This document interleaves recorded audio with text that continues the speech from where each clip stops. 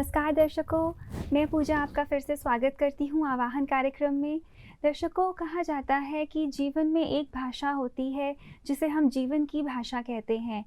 जीवन की भाषा है कि मैं कर सकता हूँ और मृत्यु की भाषा है कि मैं नहीं कर सकता। और अगर देखा जाए तो जितने जीव जंतु हैं, चाहे वो चींटियाँ ही क्यों नहीं हैं, अगर वो चल रही हैं एक रास्ते पर, कोई उन्हें हटाने की भी कोशिश करे फिर वो दोबारा से चलना शुरू करती हैं, क्योंकि कहीं ना कहीं उन्हें जीवन की भाषा आती है कि वो कर सकती हैं। उसी तरह मनुष्य, जो कि इन ऑर्गेनिजम्स में सबसे ऊंच कोटि का माना जाता है, उसकी भाषा क्या है? आज इस समय में अगर हम देखें, उसकी भाषा मृत्यु की भाषा है कि मैं नहीं कर सकता, क्योंकि कहीं ना कहीं मनुष्य की कंडीशनिंग बचपन से ही शुरू हो जाती है कि वो नहीं कर सकता। तो दोस्तों, आज की इस कड़ी में हम जानेंगे कुछ ऐसी ही बातें सवालों के जवाबों के रूप में। हमारा मार्गदर्शन करने के लिए हमारे बीच हैं ब्रह्मा कुमारी अनीता दीदी जी।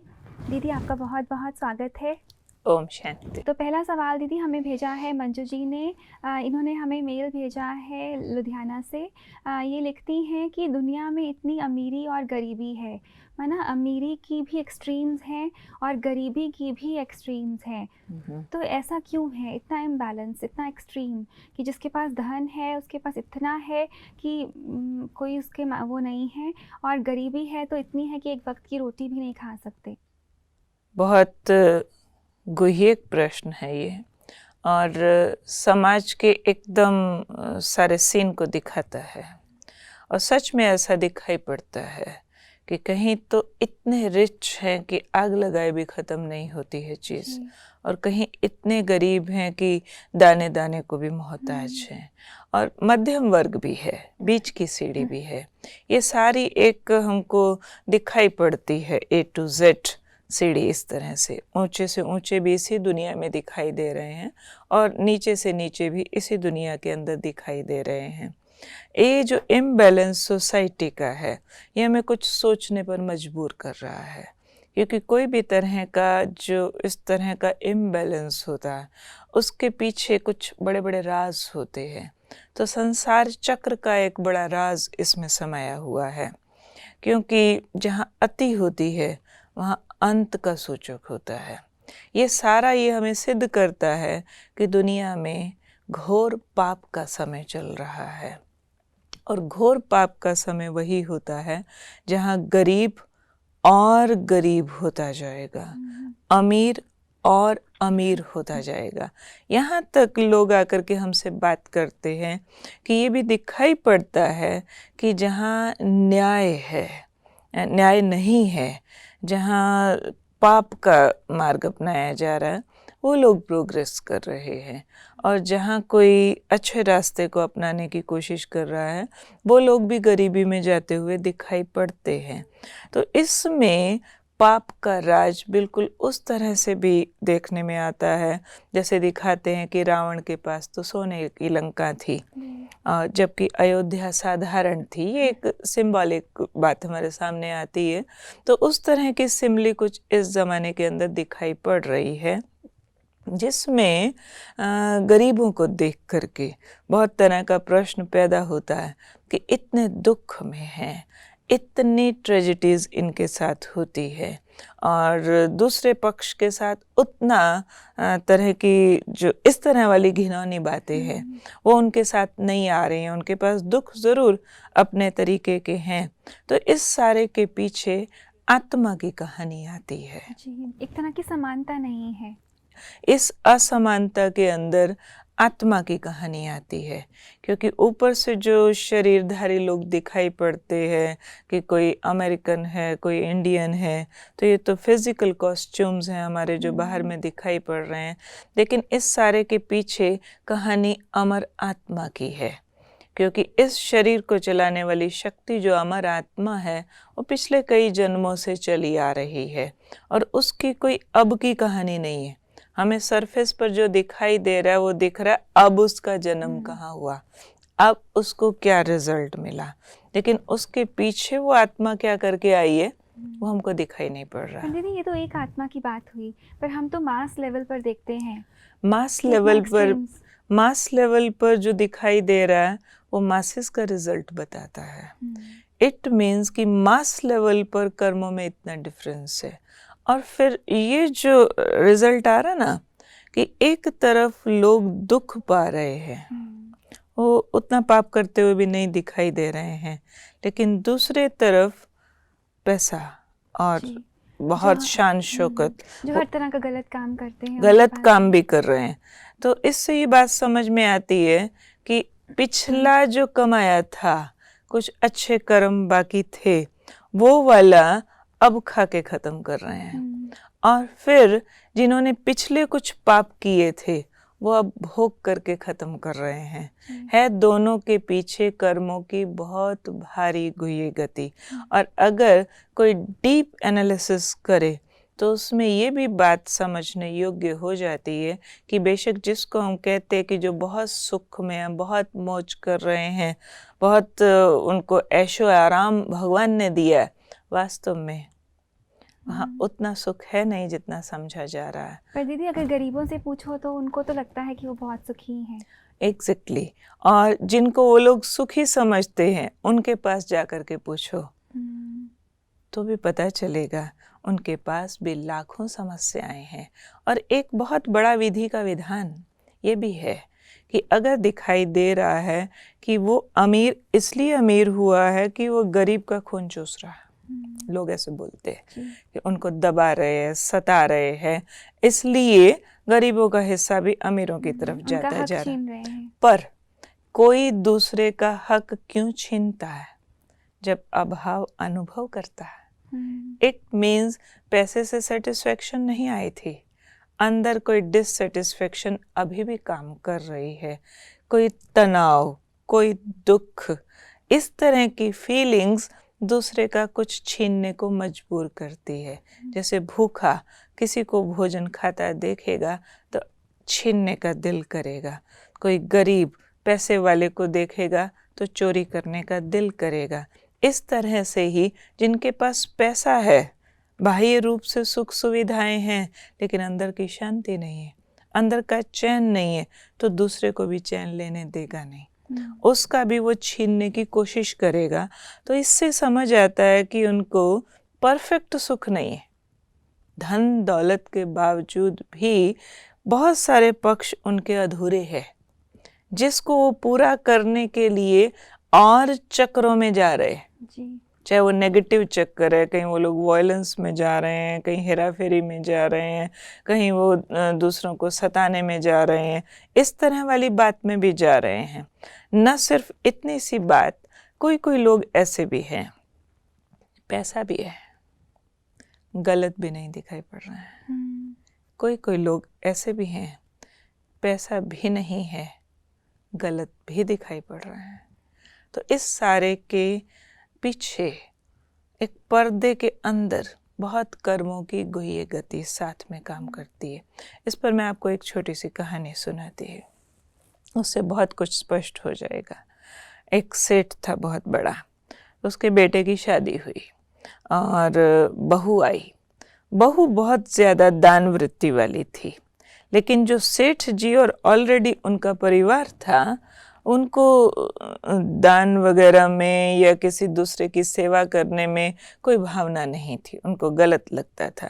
तो वो जो बहू जिस घर से आई थी, उनके यहाँ दान पुण्य बहुत होता था। अब यहाँ अगर उसने दान पुण्य करने की कोशिश की तो उनको स्ट्रिक्टली मना कर दिया गया कि इस घर में तुम खबरदार कोई ऐसा काम नहीं कर सकती हो। तो बेचारी मायूस सी होकर के दब गई।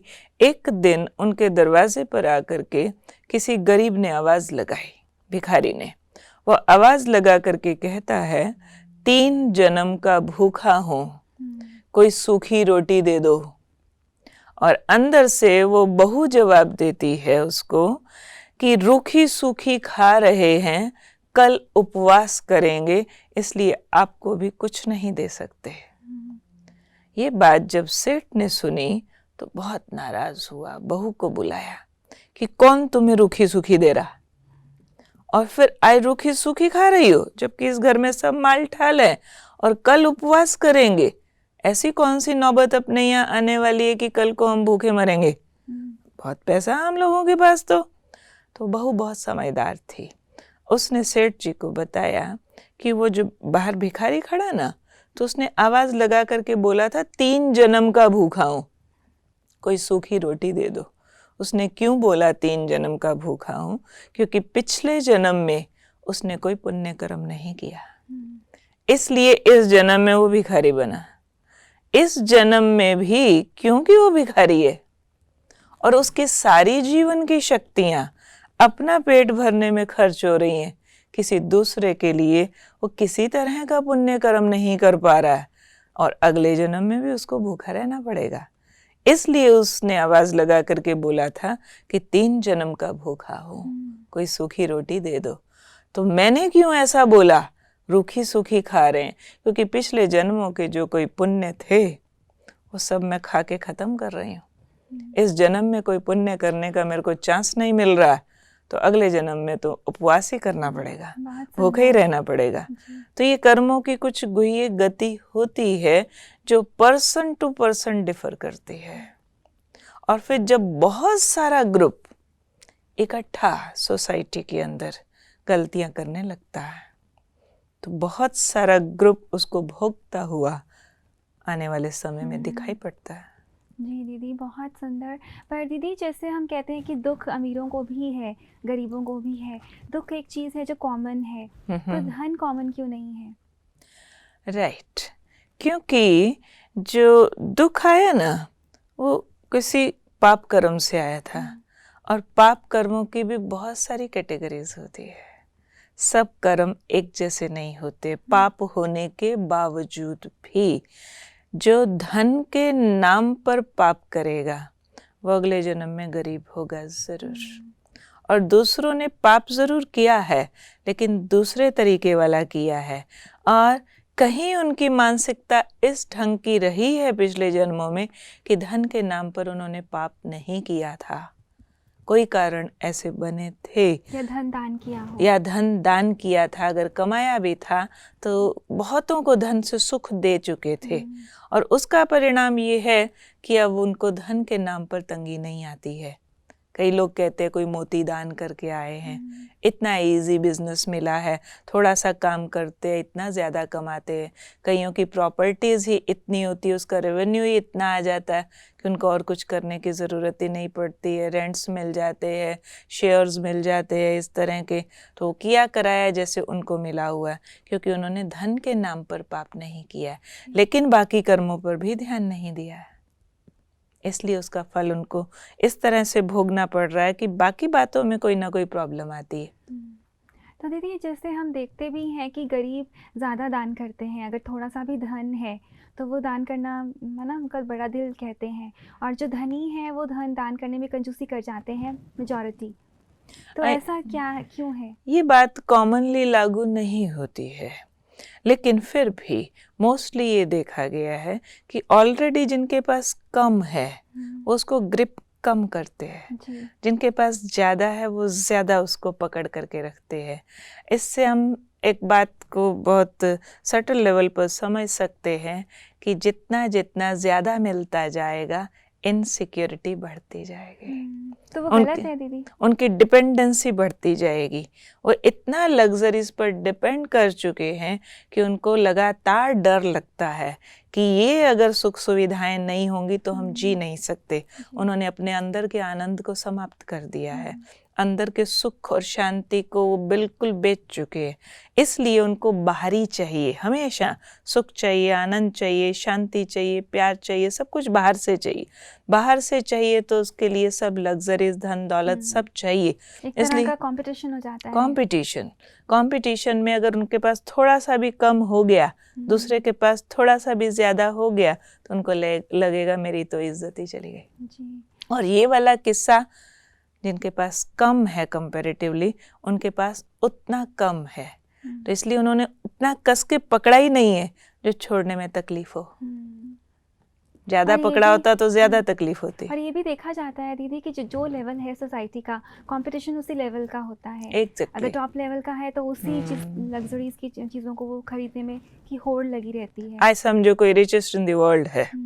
अब रिचेस्ट इन द वर्ल्ड को अगर सारी उम्र भी नहीं कमाए तो कमाने की जरूरत नहीं है, उसको दाल रोटी की चिंता नहीं है, उसको बच्चे पालने की चिंता नहीं, शायद जनरेशंस पालने की भी चिंता नहीं है। लेकिन जो richest in the world number 1 पे हूँ, अगर 2 हो गया तो जी, पर उनको ये भी होता है दीदी कि हम क्रूजेस, कितने एरोप्लेन्स हम खरीदे in comparison to their own people. ज़रूरी बात है, ये सारी लिस्ट उनको काउंट करनी पड़ेगी नंबर 1 पे रहने के लिए। जी। और नंबर 1 के बजाय नंबर 2 उनके लिए बहुत बड़ी ट्रेजेडी हो जाने वाली है। इसलिए वो उस चीज़ को ज़्यादा पकड़ करके रखते हैं। मैं आपको छोटा सा किस्सा सुनाती हूँ। हमने अपने स्कूल टाइम में, हमारे किताब में था, वो सिलेबस के अंदर था, 2 रईसों की कहानी है, छोटी सी कहानी। उसमें बताते हैं कि जब सब्जी अभी मार्केट में नहीं आई है, बिल्कुल आना कहीं शुरू हुई है देश के किसी कोने में, तब वो रईसों के खाने के लिए होती है। और जब आम मार्केट में आ जाए तो वो गरीबों के खाने के लिए होती है। तो इसी तरह की बात को लेकर के एक रईसों की कॉलोनी में एक ककड़ी वाला 2 ककड़ियाँ शनील के कपड़े में गुलाब की पंखुड़ियाँ रख करके उसके ऊपर सजा करके लेकर के गया। हमारी उस बुक में था और वो आवाज़ लगा रहा था, ले लो ककड़ियाँ ले लो, लैला की अंगुलियाँ ले लो, मजनू की पसलियाँ ले लो ककड़ियाँ ले लो। उस सीज़न की पहली ककड़ी आई थी वो। अब तक किसी ने उस सीज़न की ककड़ी नहीं खाई थी। एक रईस के नौकर ने आवाज़ सुनी, वो बाहर आया, कितने की है ककड़ी? उसने दाम बताया, 25 पैसा। उसने कहा लाओ अभी हमको, तो बहुत बड़ा दाम था उस हिसाब से। इतने में दूसरे का सर्वेंट आया, दूसरे रईस का, कहता अच्छा 25 पैसे, मैं 50 देता हूँ, तुम ये ककड़ी मुझे दो। पहले वाले को हर्ट फीलिंग हुई कि मेरा मालिक क्या कहेगा कि पहली चीज़ हमारे घर में क्यों नहीं आई।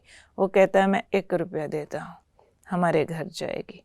करते करते दोनों में इतनी बड़ी बोली लग गई कि जो पहले वाला था उसकी जेब में उतना पैसा नहीं था कि वो ककड़ी खरीद सके।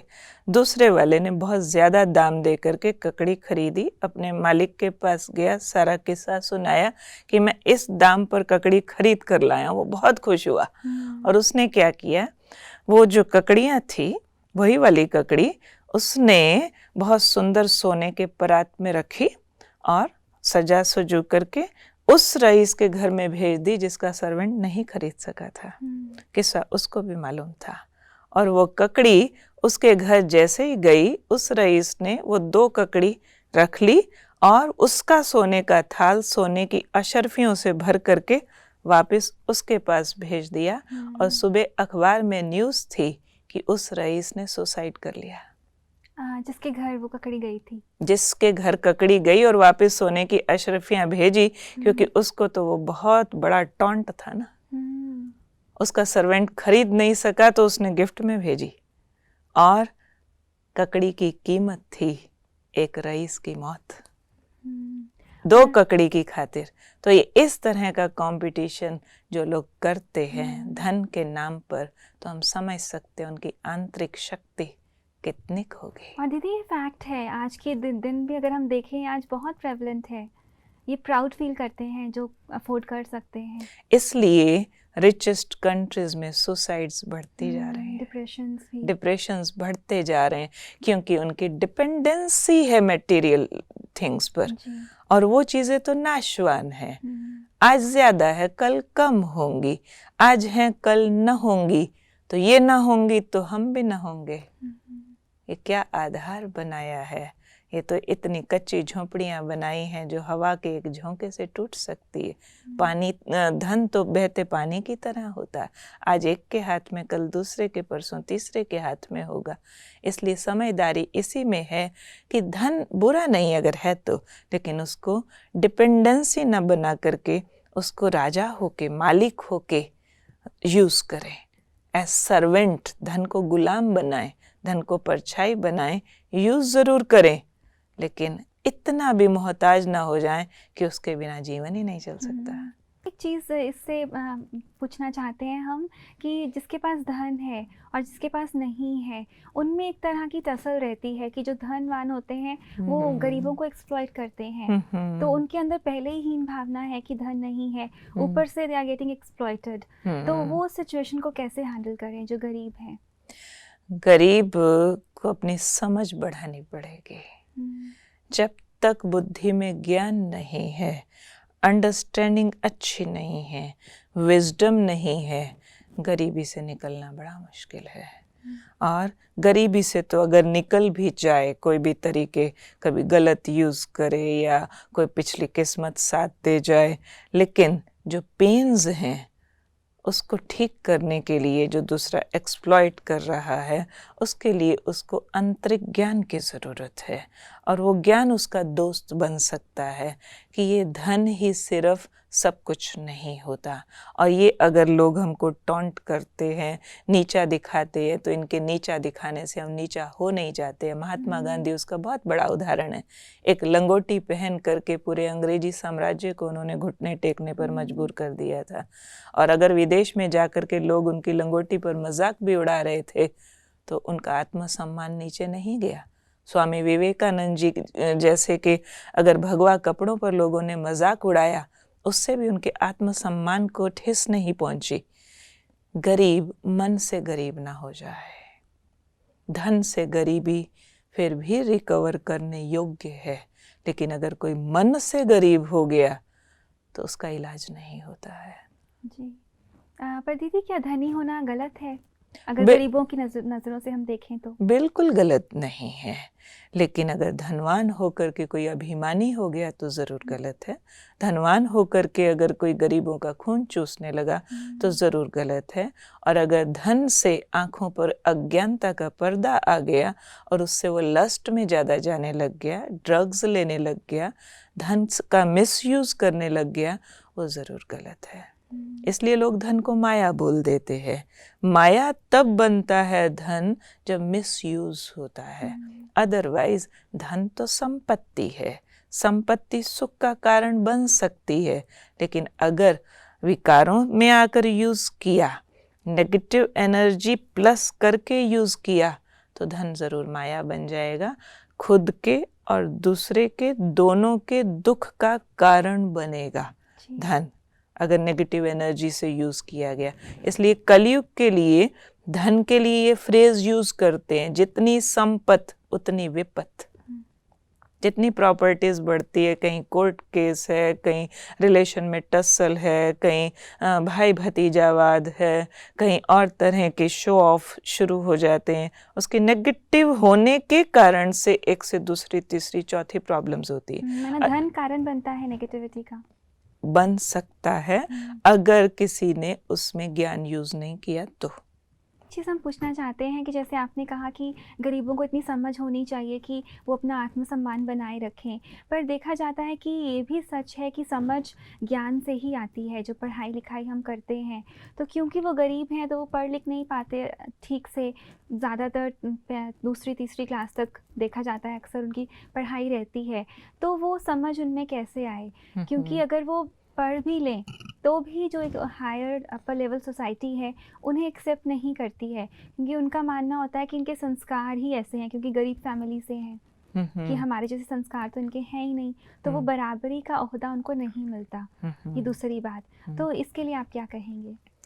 ये ज़रूरी बात है कि पढ़ाई तो होनी चाहिए, एजुकेशन एक बहुत बड़ी ताकत है, पर हमारा मानना ये भी है कि एक किताबी पढ़ाई होती है, वो पढ़ लिख करके तो कई बार लोग उसका दुरुपयोग भी करते हैं। बहुत पढ़े लिखे लोग बॉम्ब भी बना देते हैं।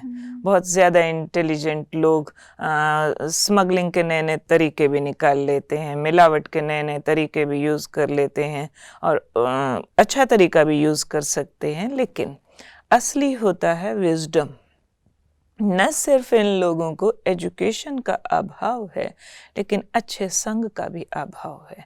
अगर आप कुछ सालों पीछे चले जाओ, लगभग 100 साल पीछे, तो इतना एजुकेशन नहीं थी, फिर भी लोग वाइज थे।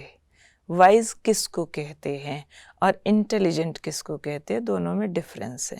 इंटेलिजेंट होता है बुकिश नॉलेज के आधार पर, और वाइज होता है एक्सपीरियंस के आधार पर और अच्छी समझ के आधार पर। हो सकता है बहुत पढ़ा लिखा भी बहुत समझदार न हो, और हो सकता है बिल्कुल अनपढ़ भी बहुत समझदार हो। कबीर दास जी क्या पढ़े थे? पढ़े लिखे लोग उन पर पीएचडी कर रहे हैं। पर दीदी 100 साल पहले इतना एक्सट्रीम्स भी नहीं था कंपैरिजन अगर हम करते थे। राइट बात है। पर ये जो आपने कंपैरिजन का क्वेश्चन पूछा है, इस तरह का कंपैरिजन लोग तो करेंगे, लेकिन फिर हमारा आपका फर्ज है कि जहाँ गरीबी है, जहाँ इस तरह का दिखाई दे रहा है कि दुराचार उनके साथ हो रहा है, उनको टॉर्चर किया जा रहा है, उनको मॉरली बूस्ट करने वाले कुछ ग्रुप्स की ज़रूरत है जो आकर के उनका मॉरल हाई करें कि इतनी सी बात से आपको हर्ट होने की ज़रूरत नहीं है, आपके अंदर और वैल्यूज़ का धन है, आप उनका प्रयोग किया जाए, उनको अच्छा संग दें, और न सिर्फ अच्छा संग दें, उनको आध्यात्मिक शक्ति का प्रयोग करना चाहिए। आध्यात्मिक शक्ति का प्रयोग करने वाला गरीबी में रहता हुआ भी अपने आप को मॉरली हाई कर सकता है, और जो मॉरली हाई करेगा वो किसी भी कंडीशंस में वो वाली एजुकेशन भी ले लेगा, वर्ल्डली एजुकेशन भी, और वो दोनों प्लस हो करके फिर भी अगर वो एक गरीब के घर के अंदर एक पढ़ा लिखा है तो एक अमीर के टॉन्ट्स को झेल सकता है। पर दीदी देखा जाता है कि गरीब लोग ज़्यादा पूजा पाठ में बिलीव करते हैं। पूजा पाठ के साथ भी आध्यात्मिक शक्ति फिर भी अलग तरीके से चाहिए। पूजा पाठ में तो हो सकता है वो भगवान को ये कहता हो कि हे भगवान, ये तुमने मेरे साथ क्या किया, ये भी तो हो सकता है ना, लेकिन इतना ही काफ़ी नहीं है, उसमें उसको एक एक्सेप्टेंस चाहिए कि जो है वो अच्छा है और इसमें से और अच्छा करना है।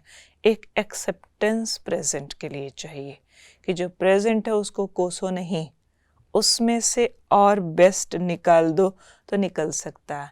हमारे इतिहास गवाह है कि उसमें बहुत बड़ी बड़ी महान विभूतियाँ बहुत गरीबों से निकली हैं।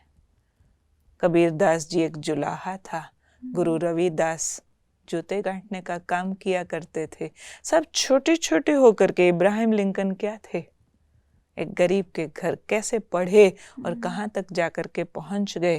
तो गरीबी बुरी नहीं है जब तक बुरा न माना जाए। जी दीदी, बहुत अच्छा दीदी, आपने हमें बहुत अच्छी बातें बताई। आज आपने अपना समय हमें दिया, उसके लिए आपका बहुत बहुत धन्यवाद। ओम शांति। ओम शांति। तो दर्शकों, अब हमें इजाज़त दीजिए। हम हाजिर होंगे अगली कड़ी में नए सवालों के जवाबों के साथ। नमस्कार।